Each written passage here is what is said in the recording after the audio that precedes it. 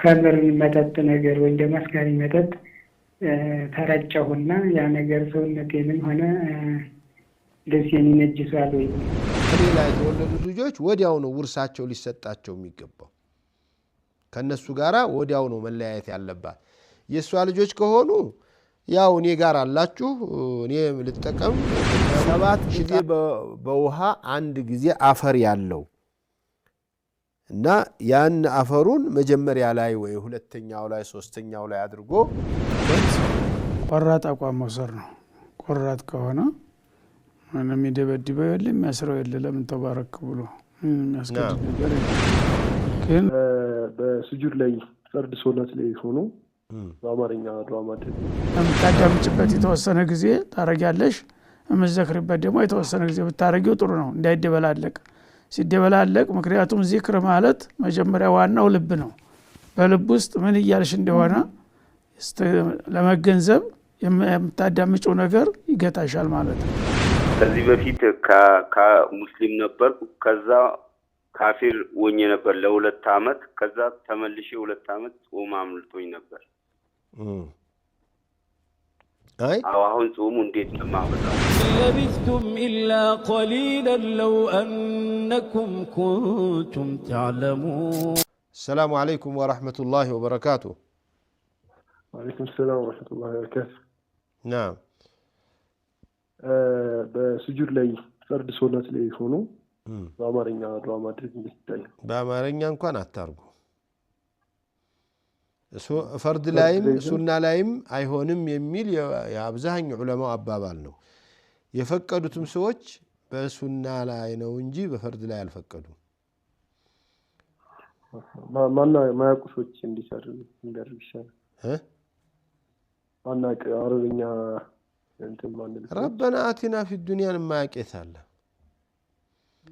ربنا آتنا في الدنيا ما نم يلمك ربنا آتنا في الدنيا حسنة وفي الآخرة حسنة وقينا عذاب النار جن بيانس ሁላችሁም ልታፍዟት ይገባል። አንድ እንደ ምክርም እንደ ፈትዋም አይነት ጥያቄ አለን። አንድ ሰው ወንጀል ካደረገ በኋላ ከወንጀል ርቆ ዳግመኛ እንዳይመለስ ምንድነው ማድረግ ያለበት? ተውባው ከልብ ከሆነ አይመለስም። አዋላዋይ ሲሆን ነው ሰው የሚመለሰው። መጀመሪያ ተውባውን አምኖበት ቆራጥ አቋም መውሰድ ነው። ቆራጥ ከሆነ ምንም ይደበድበው የለ የሚያስረው የለ ለምን ተባረክ ብሎ የሚያስገድድ ነገር የለም። ግን ራሱ የሚያወላውል ከሆነ ነፍስያው መቋቋም ልማዱን መቆጣጠር ሰይጣንን መከላከል የማይችል ሰው ሁልጊዜም ሊያፈርስ ይችላል። እና እዚህ ላይ አቋም ነው ዋናው ነገር። ይህ ነገር አይጠቅመኝም ብሎ ይመንበትና ከዛ በኋላ ደግሞ በተጨማሪ አላህን ይለምን ዱዓ ያድርግ። አላህ በርታኝ ብሎ ተልቡ ዱዓ ያድርግ። ቁርጥ አቋም ከያዘ በተወሰነ ጊዜ ምናልባት ቢያማውም ቢያቅለሸልሸውም የተወሰነ ጊዜ ተታገለ ያው ማሸነፉ አይቀርም። ስለዚህ ከልብ ይሁን። መርሐባ ኢንሻአላህ። نعم ጥያቄ ነበረኝ ኡስታዝ። እሺ ከዚህ በፊት ከሙስሊም ነበርኩ። ከዛ ካፊር ወኘ ነበር ለ2 አመት። ከዛ ተመልሼ 2 አመት ጾም አምልጦኝ ነበር። አይ አሁን ጾሙ እንዴት ነው ማውጣው? በዚያው በኩፍር ላይ ያለህ ነው አመለጠኝ የምትለው? አይ እሱማ ምን ዋጋ አለው? እሱ እኮ አመልጦሃል። በዚያን ጊዜ እኮ ተውሂድም አመልጦሃል፣ ሰላትም አመልጦሃል፣ ብዙ ነገሮች አመልጠውሃል። እሱን እንግዲህ መጀመሪያ እስላምን ስትቀበል አላህ የእውነት አቀባበል ያድርግልህና በሱ ከተአረመልህ ነው እንጂ ብትጾምም ብትሰግድም በኩፍር ላይ ያለፍከውን ፋይዳ የለውም። ማሻአላህ ባረከላሁ ፊክ። ሱረቱል ዋቂያ ማታ ማታ መቅራት ደግሞ አጅሩ ምንድነው? ያው ድህነት አያጠቃውም ተብሏል። አልዋቂያን ሁል ጊዜ የሚቀራ ሰው ድህነት አያጠቃውም የሚል ሐዲስ መጥቷል። እና ለገንዘብ ብለሽ ብቻ ሳይሆን ለአላህ ለኢባዳ ብለሽ አድርጊው። እግር መንገዱን ደግሞ አላህ ለዛም ሊያደርግ ሊጠቅምሽ ይችላል። እርጉዝ እያለሁ ነበር የፈታኝ እስካሁን ድረስ ቤተሰቤ ጋር ሁኜ እያሳደግኩ ነው ያለሁት። የልደት ሰርቲፊኬት ተጠየቅኩኝ። ስለዚህ ሊያወጣላት ይገባል። በአላህ ሊያወጣላት ይገባል። ሐታ አንቺ ጋር ጠብ ቢኖረው እንኳን ልጅቱን ሊኸድም ይገባል። ወአለይኩም ሰላም ወራህመቱላሂ ወበረካቱ። መርሐባ። ጥያቄ ነበረኝ። ስለ ኒቃብ ነበር። ይህ ግዴታ ነው ወይስ ሱና ነው? ስለ ኒቃብ ግዴታ ነው ወይስ ሱና ነው? ሰሒሁ ሚን አቅዋል ልዑለማ ግዴታ ነው የሚለው ነው። ሱና ሙአከድ ነው የሚሉ ሰዎች አሉ። ትክክለኛው ማስረጃው የሚያሳየው ግን ግዴታ ነው ወደሚለው ነው። ማረጉ ግዴታ ነው ማለት ነው። አዎ። እሺ እናመሰግናለን። እድሜያችን ያርዝምልን። ባረከላሁ ፊክ። ሄሎ። ሰላም አለይኩም።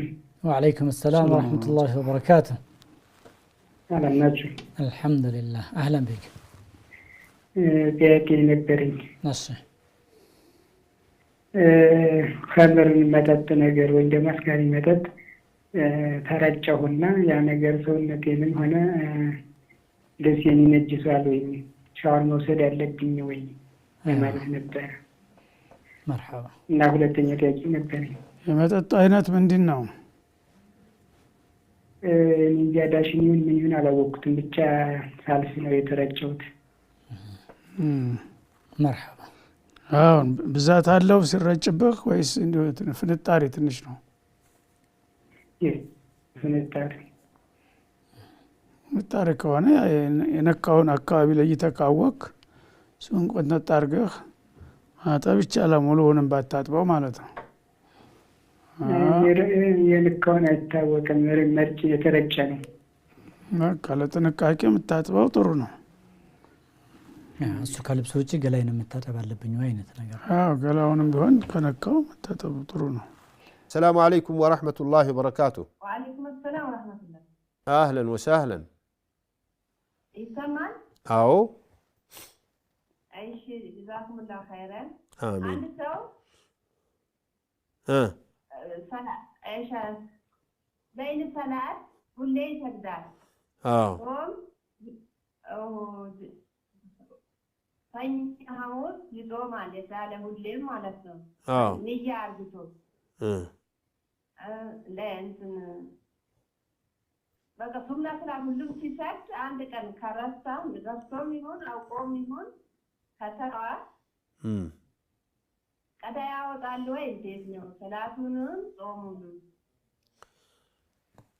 በተለይ ይሰግዳል። አንድ ከተዋ ምናልባት ሁሉም ጾሞችና ሁሉም ሱና ሰላቶች የጾም ቀዷ ያውጣ የሚል ነገር የለም። የሶላት ግን ሁልጊዜ ውርድ የነበረው ሰው ሌሊት ረስቶ ወይ ለአንድ ቀን ተኝቶ እንቅልፍ ጥሎት ካመለጠው ቀን ይስገደው። ባይሆን ቀን ሲሰግድ ዊትር አይሰግድም። ዊትር አይሰግድም እንጂ ቀን ይሰግደዋል። ቀኑ ደግሞ እስከ ዙሁር ባለው ሰዓት ማለት ነው። ባረከላሁ ፊክ። አድዋም እንደዛውም ከራሳ ሆነ ጉዳይ ከተወት አድዋ ያስለመደው ማለት ነው። ንያ አድርጎ ሁሌ ለመስገድ ሁሉም ነገር ያው ንያ አድርጎ ካመለጠው አضحى ላይ አضحى ያመለጠው ቀዷ አያወጣም። የሌሊት ሶላት ካመለጠው ነው አضحى ላይ የሚሰግደው። እሺ ጀዛኩሙላህ ኸይረን። ያ ጾሙ ችግር የለውም። ጾሙ ችግር የለውም። አብሽሪ። እሺ ጀዛኩሙላህ ኸይረን። ባረከላሁ ፊክ። ጥያቄያችን የሽንት ጠብታ ያለበት ሰው ለእያንዳንዱ ሰላት ውዱ ማድረግ ይኖርበታል ወይ ወይስ የቀድሞ ውዱ ይበቃዋል ይላል። ያው ጠብታ ካለ በመካከል ለዑዝር ሲባል እየተጠባጠበም ቢሆን መስገድ ያለበት ባይሆን መስጂድ መግባት የለበትም። ለራሱ በግል ቦታ ይሰግዳል። ውዶ ግን ወይ መታደስ አለበት። የዶሮራ ውዶ ስለሆነ የመጀመሪያው ውዶ ያው ለዛ ለመስጊድ ብቻ ነው። ለዛ ለወቅቱ በወቅቱ ለጊዜው ያለው ከዛ በኋላ ደግሞ አዲስ ሲመጣ ሶላት አዲስ ውዱእ ማድረግ ይኖርበታል። السلام عليكم ورحمة الله وبركاته. ሰላም ወራህመቱላህ። መርሃባ። ጥያቄ ነበረኝ። እሺ። በእኛ በዓል ጊዜ ሌላ እምነት ተከታዮች እንኳን አደረሳችሁ ያንን እንዴት ነው በእኛ ማለት ያለው? በእኛ በዓል ጊዜ እንኳን አደረሳችሁ ሲሉን ሌላ እምነት ተከታዮች ምን ማለት ምን ችግር አለው? እናንተማ ቢሏችሁ ምን ቸገራችሁ? እኛ እኮ ለነሱ እንኳን አደረሳችሁ ማንለው ስለማናምንበት ነው። እነሱ አምነው ካሉ የደስታ መግለጫ ነው። ለነሱ ቢሉ ምንም ችግር የለም። እናንተ እኛ ስንል ነው እንኳን አብሮ አደረሰን ማለት አለብን። አዋ ታዲያ አብሮ ነው እኮ ያደረሰን። ቢኖሩ እኮ ነው ቢኖሩ ነው እንደዚያ ያሉን እኮ። مرحبا السلام عليكم ورحمة الله وبركاته. ጥያቄ ነበረኝና ጥያቄው የወሊድ ደምና የወር አበባ ደም አስተጣጠብ የወሊድ ደምና ወር አበባ ደም አስተጣጠብ ምንም እኮ ልዩነት የለውም። ከጀናባ መታጠብ፣ ከወር አበባ መታጠብ፣ ከወሊድ ደም መታጠብ ሁላቸውም እኮ አንድ ነው። ሙሉ አካል መዳረስ አለባቸው ነው። ሙሉ አካሎች ልዩነቱ ምንድነው? የዚህ የወር አበባውና የሐይዱ ደም ላይ ጸጉራችሁ ጉንጉን ካለው መፍታት ይመረጣል። ምክንያቱም ሰንብቷል፣ ቆይታችኋል እንደማለት ነው እንጂ ሁልጊዜ የምትታጠቡ ከሆነ እሱም ቢሆን አትጠየቁ።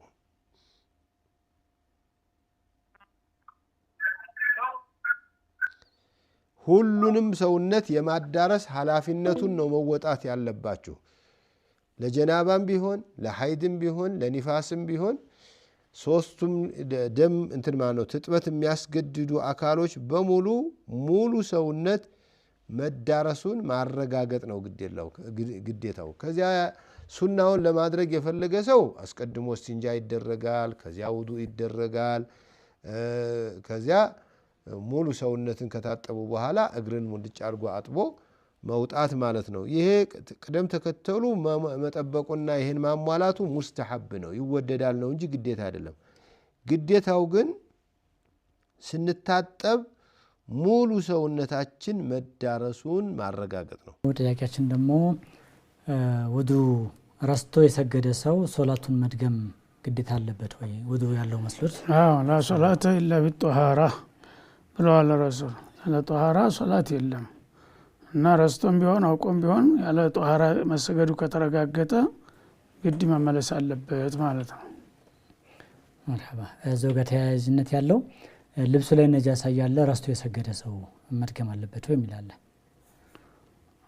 አዎ የነጃሳው የልብስ ላይ ረስቶ ከሆነ ያው ወይም ነጃሳው ደግሞ ብዙ ካልሆነ ትንሽ ማጠራጣሪ ነገር ከሆነ ችግር የለውም እና ተዛኛው ይለያል። ይሄ ማለት ነው ነጃሳ ልብሱ ላይ ወይም ሰውነቱ ላይ የሆነ ነገር ነክቶት ነበር፣ ረሳ፣ ሰገደ።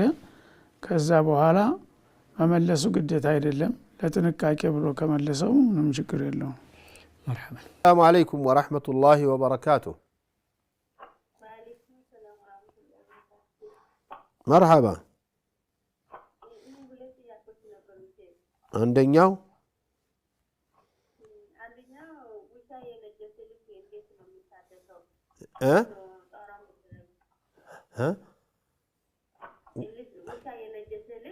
አዎ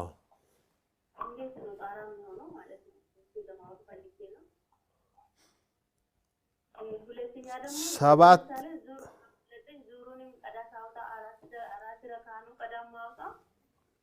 ምን አመልጦሽ? ዙር ማለት ዙር ሳሰብ ያንዱ ለጥቃን አለፈኝ ማለት ነው። አዎ ግን ከሶስት ቀን በኋላ ዙር ያመለጠኝ ዙር ቀዳ ሳውጣ ግን አራት ረካ ነው መስገድ ያለብኝ። አዎ ዙሁር ሁሉ ጊዜ አራት ረካ ነው። በእለቱም ቢሰገድም ቀዷ ቢወጣም እሺ የመጀመሪያው የውሻው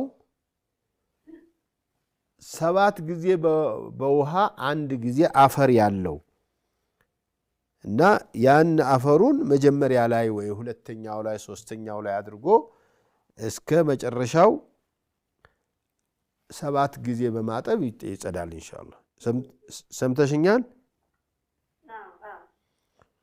ጀዛከላሁ ኸይር። አንድ አፈር ይኑረው፣ አንድ ጊዜ በአፈር ይሁን፣ ሌላው በውሃ 7 ጊዜ።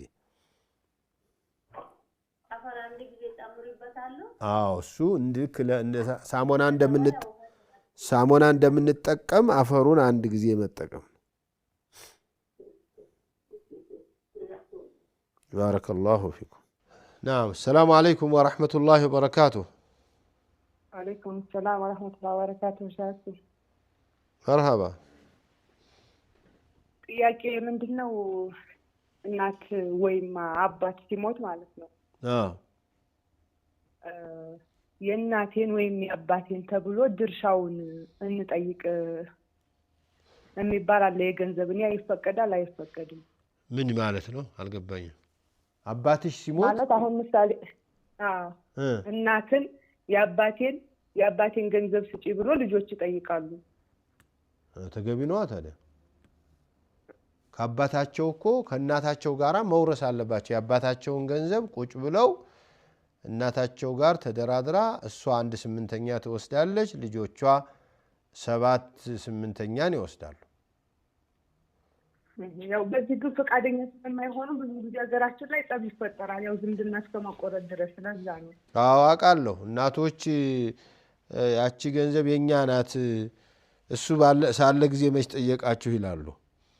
አውቃለሁ። ግን ሸሪዓው አይልም። ሸሪዓው እሷ ልጆቹ ተስማምተው እንድትቀጥል ፈቃደኛ ሆነው እስካለሽ እንዲህ ነው ካላሉ በስተቀር ማዋረስ አለባቸው። አሁን እኮ እሷ እኮ እንዲያውም የእሷ ልጆችና የእነሱ ልጆች ስለሆኑ ነው አብረው ስለሆኑ ይሆናል እንጂ ምናልባትም እኮ ከሌላ የተወለዱ ልጆች ቢኖሩ ይቸገራሉ። ያለው ችግር እየፈጠረ ያለ ብዙ ጊዜ በተለይ ከሌላ የተወለዱት ልጆች ወዲያው ነው ውርሳቸው ሊሰጣቸው የሚገባው። ከነሱ ጋራ ወዲያው ነው መለያየት ያለባት። የእሷ ልጆች ከሆኑ ያው እኔ ጋር አላችሁ እኔ ልጠቀም፣ ምክንያቱም ሽጣ በታትናችሁ ብትወስዱትም እናንተው ጋር ነው የምወድቀው ብላ ልታሳምን ሊቀጥሉ ይችላሉ። ግን ከሌላ የተወለዱ ሌላ እናት ይዘው እያኖሩ ያሉት ሌላ ቤተሰብ ይዘው እየኖሩ ያሉት የአባታቸውን ውርስ እሱ ሲሞት ወደዚያ ነው የሚከደው። እሺ ሶስተኛ ጥያቄ። እሺ ይቻላል። የጠዋትና የማታ ውዳሴዎች አሁን አለ። እሺ ፀሐይ ከመጥለቋ በፊት የማታውን ማለት ይቻላል። የጠዋቱን ደግሞ ከዚህ ከመውጣቱ በፊት ማለት ይቻላል ወይ? በተለመደው ሰዓት ቢሆን ከቻልሽ እሱ ነው የሚመረጠው ነው። በሆነ ምክንያት ግን ካልቻልሽ በሚቀጥለው ጊዜ ብታረጊ ምንም የሚከለክል የለ። ሁሉም ቢሆን አላህ ጀዐለ ወነሃረ ኺልፈተን ሊመን አራደ አን የዘከረ ወአራደ ሽኩራ ይላል አላህ። እና ሌትና ቀንን እንዲተካካ አድርገናል። ለፈለገ ሰው በሌሊት ያመለጠውን በቀን ያመለጠውን በሌሊት ማረግ እንዲችል ይላል። ስለዚህ ችግር የለውም። ያው ተአሱር በኋላ ምናልባት አንድ አስቸኳይ ነገር ወይም ችግር ካጋጠመውና ዚክሩ ታመለጠው ተመግሪብ በኋላ ማረግ ይቻላል። ተፈጅር በኋላ የሚያመለጠው ረፋር ላይ ጊዜ ካለው ቢያደርገው ችግር የለውም። ምንድነው የሚለው? ጁሙዓ ሰግጄ አሱርን ጀምዕ ባደርግስ ከሱ ጋራ ነው የሚለው። የጀምዕ የፈቀዱ ዑለማዎች ማሊክያ፣ ሻፊዕያ፣ ሐንበልያ ሶስቱም ኢማሞች ሶስቱ መዝሀብ ከጁሙዓ ጋራ አሱር ጀምዕ አይደረግም ብለውናል። ሐነፊዮቹማ ጭራሽ መቼውም ጀምዕ ስለማይፈቅዱ አይፈቅዱም ማለት ነው። እና ይቅርባችሁ ከጁሙዓ ቀን አሱርን ጀምዕ አታድርጉ። ሰላም አለይኩም። ወአለይኩም ሰላም ወራህመቱላሂ ወበረካቱ። እንዴት ነሽ? አልሐምዱሊላህ ረቢል ዓለሚን። ጥያቄ ለመጠየቅ ነበር። አይዋ እሺ እኔ መከላከያ ለመውሰድ ትንሽ ስለሚያመኝ ማለት ነው እና ባለቤቴ ደግሞ ፈሳሹን ወደ ውጪ ነው የሚያፈሰው። እሱ ነገር እንዴት ነው በሸሪዓ ፈቀዳል ወይስ አይፈቀድም? አዎ ይሻላል። መድኃኒት ከመውሰድ ራሱ እሱ ይሻላል። እሱ ይሻላል። የእሱን ዘዴ መጠቀም ይሻላል። አንድያው ከማስቀረት በፈለጋችሁ ቀን ልትወልዱ ስለምትችሉ አንቺ ፍቃደኛ ከሆንሽ በተለይ በዚህ ምንም ችግር የለውም።